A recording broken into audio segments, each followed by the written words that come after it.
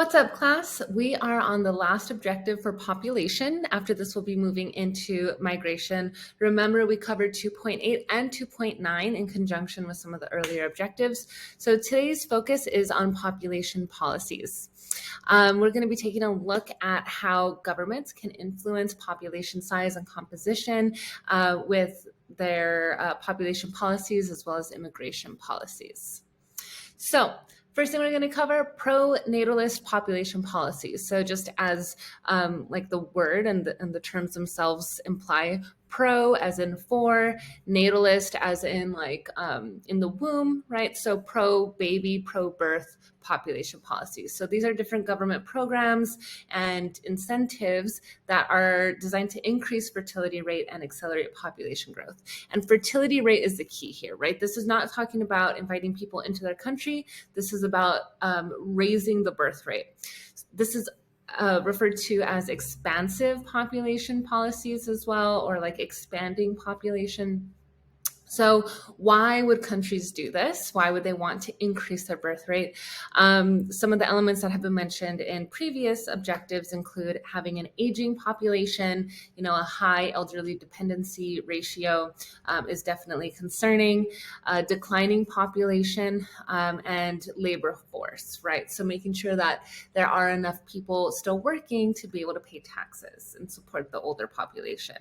So where do we see this happening? Typically in countries that are considered to be in stage 4 and 5 of the demographic transition model. How do they do this? What are the methods to these pro-natalist population policies? So first is propaganda, right? That one's a good one. Governments love using propaganda. A lot of this propaganda tends to be ethnic focused and nationally pride focused or anti-immigration focused. So here we can see some examples. This is a current one in Singapore, an older one from France, and then this one, Glory to the Mother heroine from the Soviet Union back in the 40s. So a wide variety, including elements of today. Another reason would be, or another method of influencing that birth rate is financial support. Governments will do all sorts of things. Let me just move myself here for a second. There we go. And this can include free or subsidized childcare. It's very expensive to afford childcare, so government will help out with that, making people feel like they're more able to financially afford a baby. Lengthy and paid maternity and paternity leave. That's a good one to make sure that parents feel like they have the time and ability to do that. Free educational opportunities, tax breaks for children. A lot of countries do this one. You get like your taxes refunded. Housing subsidies, so actually having government help support families by paying for some of their housing expenses. Free and inexpensive access to healthcare. That one's a really important one, especially for the babies and mothers that had just given birth. And then also subsidized cost of just typical items for childcare, diapers, wipes, formula, all sorts of things. So as you can see here, this is a map that is showing where paid maternity leave is taking place around the world. So this is weeks of leave and the number of countries, and you can see the darker the blue, the better.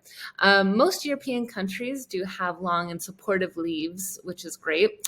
The US, not so much, unfortunately. All right, so for anti-natalist policies, anti as in against, so trying to bring down the birth rate, disincentivizing and discouraging birth rate. So these are government programs designed to decrease fertility rate and ultimately slow down population growth as a goal. This is also referred to as restrictive population policies, so restricting that population growth. So why would countries do this?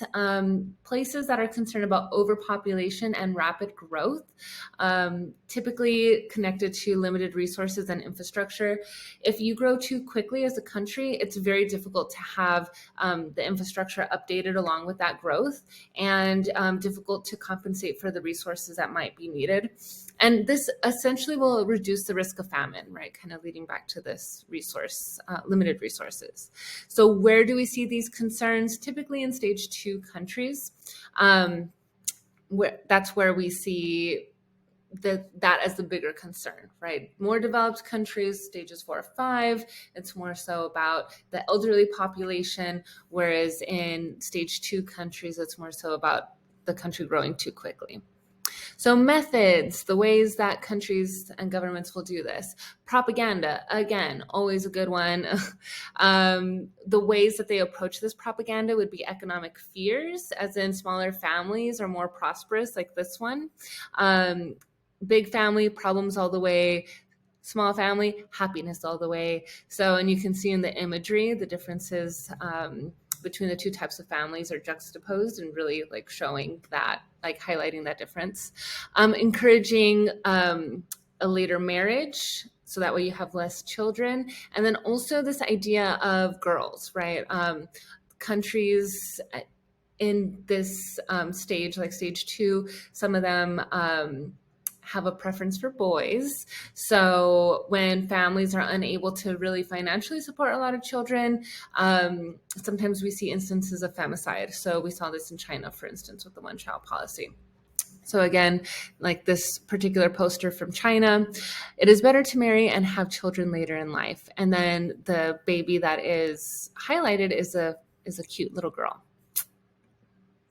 Also, ways that government will do this are financial disincentives and incentives. So these are just general ways that they influence population growth and limitations. So fines and taxes per child.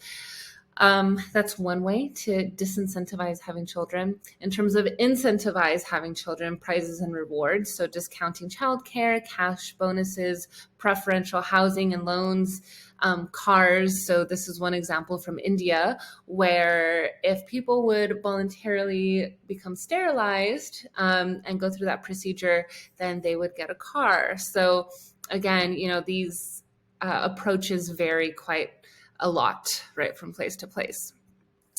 Another way is through family planning and contraception. So making sure that there's access to this knowledge and care, low cost or free contraceptives. Legalization of abortion is also another one, especially if it's low cost or free, for families to really be able to decide whether they want to have another child or when they want to have another child. In some cases, there has been forced abortion, for instance, in China with the one-child policy. Sterilization campaigns. So this is just like a procedure and a process that people go through to render themselves sterile or unable to physically have children. So that's something that is another option in order to promote antinatalist policies. Unintended consequences of these antinatalist policies include forced sterilization. So against somebody's will to remove their sex organs to where they're unable to have children, definitely a human rights violation. Same thing with forced abortions, right? Abandonment of babies, especially girls, unfortunately, has been another unintended consequence. Sex selective abortions, or femicide is what it would be called, and skewed sex ratios, which can have consequences later on in the future when it comes to marriage and then reproduction.